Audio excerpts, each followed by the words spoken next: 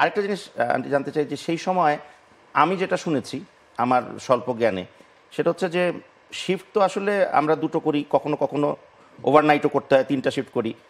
আপনার ক্ষেত্রে এরকম হচ্ছে আপনি 24 আওয়ার্সও কাজ করেছেন, 4 শিফট ধরে কাজ করেছেন, এরকমও সময় গেছে?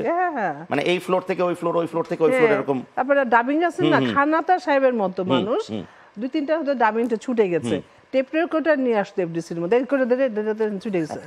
ইউ ক্যান বিলিভ করো, এরকম টাইম গেছে আমার, এরকম টাইম গেছে। আরেকটা জিনিস শুনেছি যে আপনি খুব চমৎকার ঘোড়া চালাতে পারতেন। ও, এই চলচ্চিত্রের ইন্ডাস্ট্রিতে তুমি তো ইনশাআল্লাহ আছোই।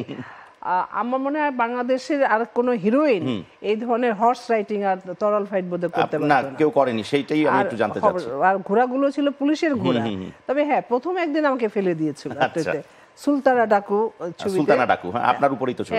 রাজিয়া সুলতানা, সুলতানা ডাকু, তুফান মেল, রাজিয়া, মানে লটস অফ মানে ছবি করেছি। আপনি তো পোশাকি ছবি অনেক করেছেন, অনেক ছবি, অনেক বড় বড় ছবি করেছেন। হ্যাঁ, তারপর যত ফোক ছবি, যেটা কবরী সুজাতা আপা থেকে করেছে, রূপবান থেকে শুরু করে সাত ভাই চাম্পা, কুচবরণ কন্যা, আলমতি প্রেম কুমার, লটস অফ ওনার আগে যেগুলো করেছে ওগুলো আমি করেছি।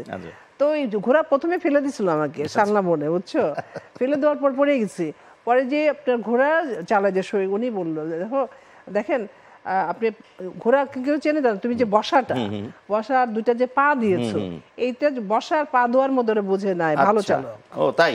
হ্যাঁ, ওটার উপরে মানে ও ঘোড়া বুঝেই সবারই নাই। তখন উনি আমাকে দেখিয়ে দিল, তারপরে আমি তখন যা, আমার তো প্যান্ট শার্ট পরা, চলো। আর ওই তলোয়ার ফাইটিংটা আপনি শিখলেন কি করে, মানে এরকম তলোয়ার চালনা? এটা হলো তোমার জসিম ভাই, তখন উনি কিন্তু ফাইটার হিসেবে এসছে।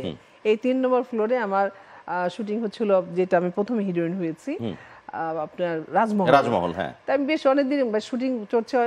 আপনার একটা সময় আমার ফাইটের দৃশ্য আছে আর কি ওই ফ্লোরে। জসিম ভাইয়ের সাথে এই প্রথম দেখা। আচ্ছা, মেকআপ রুমে আসলেন, আসার পরে দেখা হলো, ওই তখন থেকে কিন্তু ম্যাডামই বলতো। যাক, পরে কবি ভাই আসলো, তা বললো যে আমরা কালকে সকাল থেকে আর কি, সকাল থেকে আপনার আমার তখন তো 2টা শিফট ছিল এফডিসির, আর যদি শেষ না হতো রাত ভরে করতাম। তো বললো যে আমাদের বিকাল থেকে শিডিউল আছে, ওই যে 4টা থেকে তোমার 11টা পর্যন্ত।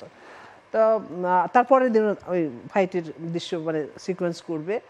তো আপনার জসিম ভাই বললো যে কবির ভাই একটা কাজ করেন, আপনি কালকে এফডিসি পারমিশন নিয়ে নেন, যতক্ষণ লাগে আপনার এই ফাইটের দৃশ্যগুলো করে ফেলে, তারপরের দিন যে না করতে হয়।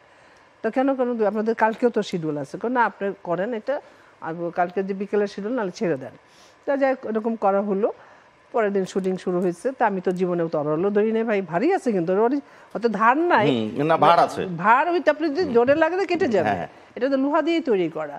পরে তো যাই হোক আমি নতুন এই শেখা শুরু 1 2 3 4 করে শেখা হলো, করতেছি মানে তারপর তখন তো মনে করো উত্তেজিত, আমি এইটা করবো সেটা করবো, এইসব হচ্ছে না। পরে একটা সময় করতে বোধহয় ভোর 4টা 5টা হয়ে গেল, মানে আমাদের যতটুকু ফাইটের দৃশ্যটা ছিল শেষ হলো।